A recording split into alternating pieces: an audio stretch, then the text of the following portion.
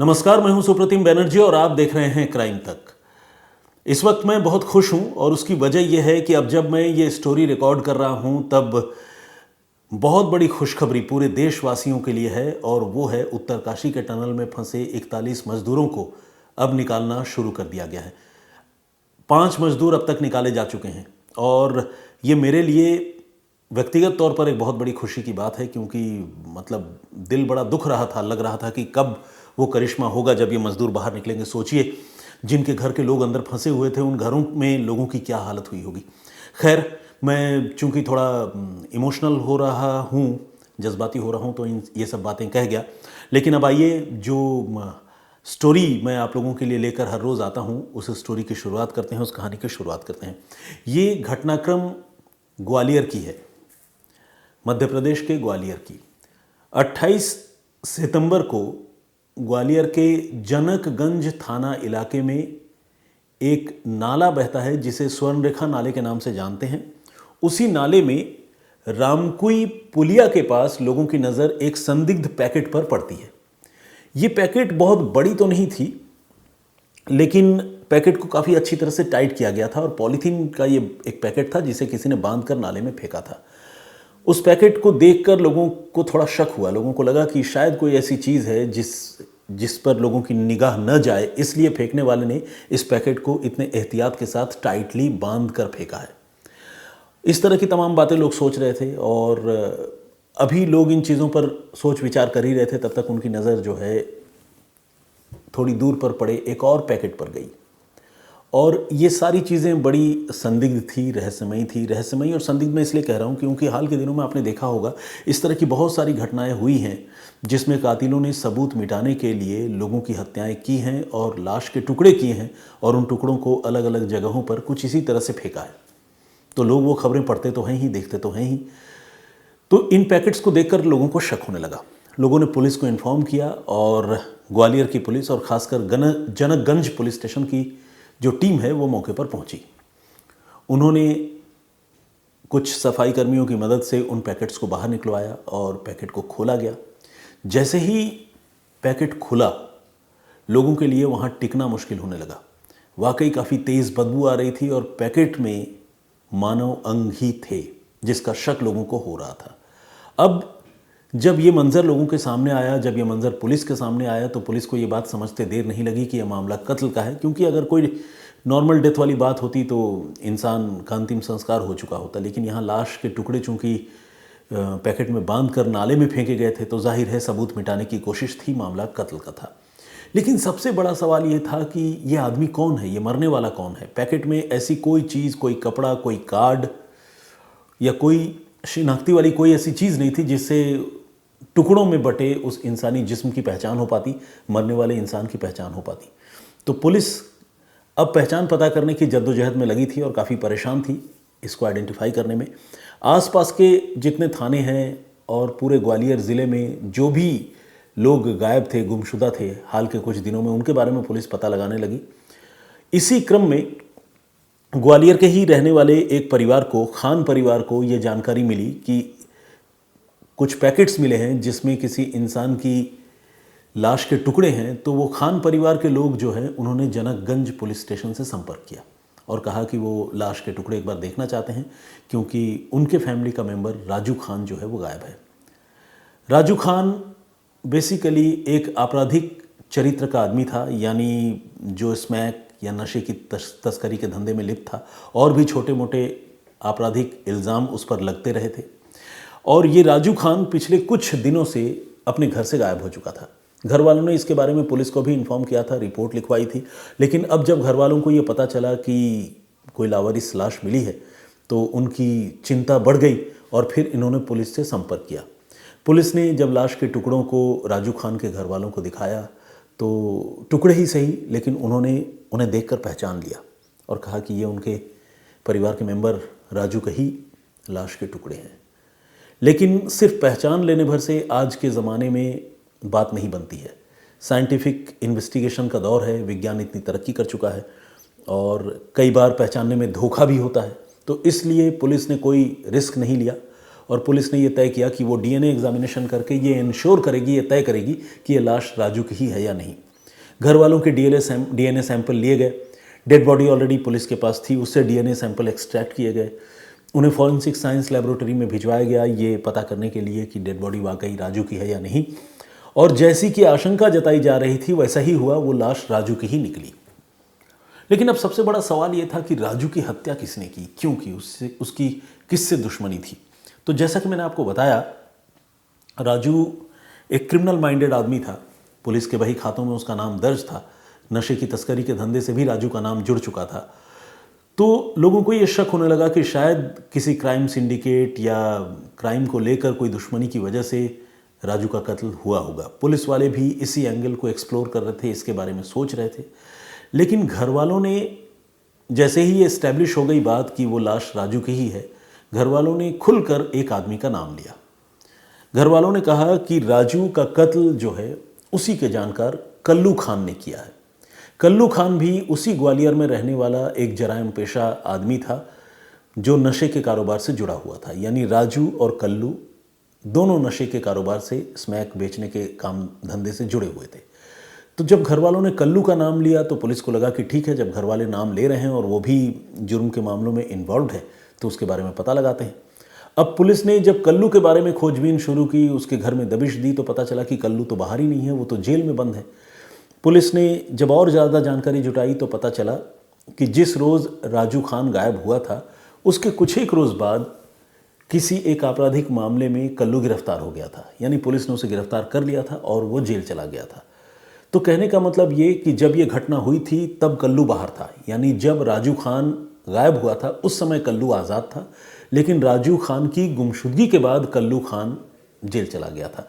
तो क्या वो जानबूझकर साजिशन अपने आप को सेव करने के लिए, अपने आप को सुरक्षित रखने के लिए जेल गया, या ये महज एक इत्तेफाक था कि राजू खान की हत्या किसी और ने की, गायब किसी और ने किया और कल्लू खान किसी और मामले में गिरफ्तार होकर जेल चला गया? पुलिस को इन सारी बातों का सच जानना था, कल्लू खान से पूछताछ करनी थी। लेकिन कल्लू खान जेल में था। कल्लू से पूछताछ करने का तरीका ये हो सकता था कि उसे रिमांड पर लेकर उससे पूछताछ की जाए। पुलिस अभी इस प्रक्रिया में लगी थी। तब तक पुलिस ने सोचा कि क्यों ना कल्लू के घर के कुछ दूसरे लोगों से इसके बारे में जानकारी जुटाई जाए। कल्लू का जवान बेटा नाजिम, वो भी पुलिस की रडार पर था। घर वाले कल्लू के साथ साथ नाजिम पर भी शक जता रहे थे और पुलिस अब नाजिम तक पहुंचना चाहती थी, उसे पकड़ना चाहती थी। लेकिन पुलिस को तब झटका लगा जब पता चला कि नाजिम तो ग्वालियर में रहता ही नहीं है, वो कहीं और रहता है। जानकारी जुटाई गई, पता चला कि वो आगरा में रह रहा है किराए का मकान लेकर।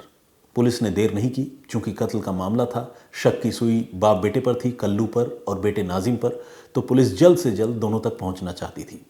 पुलिस ने नाजिम को आगरा से उठा लिया और फिर उससे पूछताछ शुरू की। नाजिम ने पहले हिला हवाली की, इधर उधर की बातें सुनाई, लेकिन जब पुलिस ने उससे सख्ती की तो वो टूट गया और उसने कबूल कर लिया कि राजू खान के कत्ल में उसका और उसके वालिद कल्लू खान का हाथ है। लेकिन आखिर कल्लू ने और नाजिम ने राजू की हत्या क्यों की? कल्लू और राजू दोनों एक ही धंधे में थे, उनका एक दूसरे से मिलना जुलना भी था। तो ऐसी क्या बात हो गई कि कल्लू ने राजू की हत्या कर दी? तो इसके पीछे की कहानी है धोखे की कहानी। असल में राजू और कल्लू, जैसा कि मैंने आपको बताया, दोनों स्मैक के कारोबार से जुड़े हुए थे। कल्लू अभी भी वो काम करता था, राजू वो काम करता था लेकिन कम करता था। और अब राजू का झुकाव पुलिस वालों की तरफ ज़्यादा हो गया था। वो पुलिस की मुखबिरी करने लगा था और पुलिस को जो भी स्मैक के कारोबारी हैं ग्वालियर में, चाहे वो कल्लू खान हो या फिर कोई और भी हो, उनके बारे में वो कथित तौर पर पुलिस को जानकारी दिया करता था। बदले में पुलिस उस पर पैसे भी खर्च करती थी, उसे कुछ सुविधाएं भी दे देती थी। जिस तरह से मुखबिरों की मदद पुलिस करती है, वो सारी मदद जो है राजू खान को पुलिस किया करती थी। पिछले दिनों कल्लू पर एक बार और कार्रवाई हुई थी और जब वो पिछली कार्रवाई हुई थी तब कल्लू के पास जो नशे की खेप थी वो भी पकड़ी गई थी और कल्लू भी गिरफ्तार हो गया था। तब कल्लू को ये लगने लगा कि भाई पुलिस को आखिर उसके इस खेप के बारे में, इस कंसाइनमेंट के बारे में जानकारी कैसे मिली, कौन हो सकता है। उसने दिमाग लगाया और दिमाग लगाने पर उसको ये बात समझ में आई कि उसके बारे में राजू ने ही मुखबिरी की है। क्योंकि जो मुखबिर होता है उसका अपना नेटवर्क होता है, लेकिन जो क्रिमिनल होते हैं उनका भी तो नेटवर्क होता है। तो क्रिमिनल कल्लू ने ये पता किया कि उसके बारे में जानकारी राजू ने पुलिस को दी है। अब कल्लू ने राजू को कन्फ्रंट किया और इस बात को लेकर दोनों के बीच में अच्छी खासी लड़ाई हुई, विवाद हो गया। और विवाद इतना ज़्यादा बढ़ गया कि राजू, जो ऑलरेडी पुलिस की मुखबिरी कर रहा था, पुलिस की शह उसको थी, तो राजू ने पुलिस में कल्लू के खिलाफ जाकर रिपोर्ट लिखवा दी। यानी कल्लू के खिलाफ एक और मुकदमा दर्ज हो गया। कल्लू की परेशानियां बढ़ती जा रही थी और कल्लू, ये जो नई रिपोर्ट है जो राजू खान ने उसके खिलाफ दर्ज करवाई थी, इस मामले से वो निजात पाना चाहता था, पीछा छुड़ाना चाहता था। कुछ इसी इरादे से कल्लू ने आपस में राजीनामा करने के लिए राजू को अपने घर बुलाया था और वो तारीख थी 21 सितंबर की, जिस रोज़ राजू खान गायब हुआ था। तो राजू को कल्लू ने पहले अपने घर बुलाया और वहाँ पर राजीनामा के लिए बातचीत शुरू की। उस बातचीत के दौरान कल्लू के साथ उसका बेटा नाजिम भी मौजूद था, लेकिन बातचीत में बात बनी नहीं बल्कि बिगड़ गई। दोनों के बीच में तेज़ कहासुनी हो गई और वहाँ पर नाजिम भी मौजूद था, कल्लू का बेटा।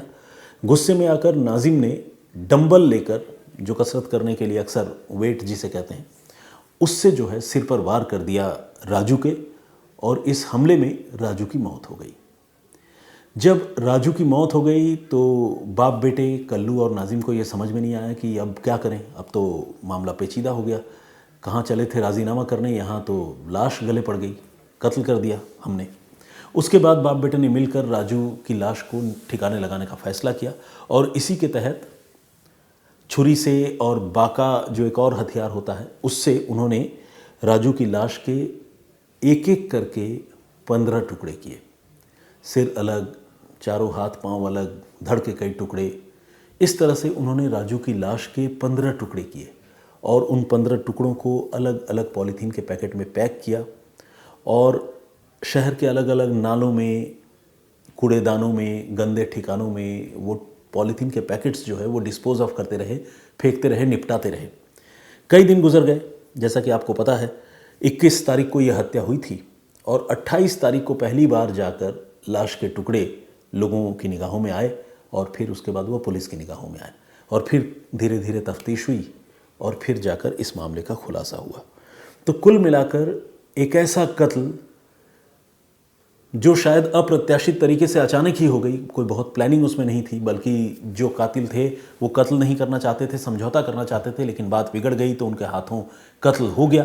लेकिन कत्ल करने के बाद सबूत मिटाने के लिए उन्होंने जिस तरह की हरकत की, एक इंसान की लाश के 15 टुकड़े किए, वो अपने आप में बड़ी अजीब और विचलित करने वाली बात है। हालांकि ये भी सच है कि इस तरह की घटनाएं बहुत हो रही हैं, लेकिन ये भी सच है कि चाहे जितनी भी हो, कोई इंसान किसी इंसान की लाश के टुकड़े करे, ये सुनना जो है वही बड़ी अजीब सी कैफियत पैदा करता है मन में। तो विचलित करने वाली घटना तो होगी ही। चाहे ऐसी घटनाएं और बढ़ जाएं, भगवान न करे बढ़े, लेकिन अगर और बढ़ जाएं तो भी इंसान, जो आम इंसान है, वो इस तरह की घटनाओं को सुनकर हैरान और परेशान तो होगा ही। तो आज की कहानी यहीं तक। इस कहानी पर आपकी सोच, आपकी राय क्या है, प्लीज़ हमें कमेंट बॉक्स में लिखकर ज़रूर बताइएगा। जो कहानी मैंने आप लोगों को कल सुनाई थी, मैंने आपको बताया था कि किस तरह से दिल्ली पुलिस ने कागज़ के कुछ गीले टुकड़ों के ज़रिए कत्ल के एक ब्लाइंड केस को सॉल्व करने में कामयाबी हासिल की। अगर वो स्टोरी आप सुनना चाहते हैं तो क्राइम तक के प्लेलिस्ट में जाकर सुप्रतिम से सुनिए कि कैटेगरी में आप उसको सुन सकते हैं। कुछ कमेंट्स पढ़ता हूँ। सैफ बाबू ने कमेंट किया है, थैंक यू सर। उन्होंने लिखा है। काके चौधरी जी ने कमेंट किया है, जय सर जी, राम राम। उन्होंने कहा है मेरी ओर से Ram Ram, thank you very much. उन्होंने और भी कॉम्प्लीमेंट किया, बहुत धन्यवाद आपका। प्रदीप भामू जी का कमेंट है। सुप्रिया पाटिल जी हैं। विजेंद्र सिंह जी का कमेंट है। सिया कमेंट करती हैं, बहुत बहुत स्वागत आपका, बहुत धन्यवाद। योगेश धरने साहब का कमेंट है। परूप श्रेष्ठा जी जर्मनी से हमें देखते हैं। हरजीत बाला ने भी कमेंट किया है, come back after few days, we were waiting for you, thanks sir, उन्होंने लिखा है। फौजिया खान ने भी कमेंट किया है और उन्होंने मेरी खैरियत और तंदुरुस्ती के लिए दुआएं मांगी हैं। Thank you very much Fauzia ji. Nisha Rana art class, इन्होंने भी कमेंट किया, बहुत बहुत धन्यवाद आपका। विनीत रैना जी का कमेंट है और सकीना खातून ने भी कमेंट किया है। उन्होंने लिखा है कि वो कमेंट नहीं कर पाती हैं, रेगुलर सुनती ज़रूर हैं, लेकिन जब मेरी कहानियाँ या मेरी ये जो दोपहर वाली पेशकश है जब नहीं हो रही थी तो उन्होंने कई बार जो है प्लेलिस्ट में जाकर मेरी स्टोरीज़ को सर्च किया, लेकिन उन्हें नाकामी हाथ लगी। आपको निराश करने के लिए माफ़ी चाहूँगा सकीना जी, लेकिन मैंने अपनी मजबूरी बताई थी। कुछ कर्म व्यस्तता भी थी, काम की मसरूफियत, और साथ में थोड़ा तबीयत भी नासाज थी। विनय नासवाले जी ने कमेंट किया है। मौलाना निसार अहमद नागपुरी साहब रेगुलर कमेंट करते हैं, बहुत स्वागत आपका। मोहम्मद अफजल हुसैन साहब, अजय सोलंकी, सुमेरा राठौर जी ने कमेंट किया है। शाई बे एनीवे आलम सिद्दीकी साहब हैं, शाइबे आलम सिद्दीकी, अगर मैं नाम सही पढ़ रहा हूँ तो आलम सिद्दीकी तो सही है, फर्स्ट नेम मैं शायद ठीक से नहीं पढ़ पा रहा हूँ। हाय सर, मुंबई कब आएगा, इन्होंने पूछा है। देखिए मुंबई कब आता हूँ, तकदीर कब लेकर जाती है। मुंबई तो खैर अपने आप में बहुत शानदार शहर है, मैं कई बार गया हूँ और बहुत अच्छा लगता है। जितेंद्र चावड़ा जी का भी कमेंट आया है। मदन मोहन, नहीं, I am sorry, Mohammad Gufran ji का कमेंट है। देखिए मोहम्मद गुफरान को मदन मोहन बनाया दे रहा था। एनीवे विसा मिश्रा जी ने भी कमेंट किया है। हितेश पाढ़ और सुखवीर खाबरा जी का कमेंट है। बहुत बहुत नहीं, सुखवीर खबरा। Anyway thank you very much, बहुत धन्यवाद आपका। और इतने सारे कमेंट्स करने के लिए और मुझे सपोर्ट करने के लिए आपसे गुजारिश है कि इस वीडियो को भी प्लीज़ देखिए ज़रूर, लाइक ज़रूर कर दीजिए। और अगर कोई राय, कोई सोच मन में आ रही हो तो कमेंट भी ज़रूर कीजिएगा। फिलहाल मुझे इजाज़त दीजिए, अपना बहुत ख्याल रखिए, सुरक्षित रहिए। जय हिंद, जय भारत।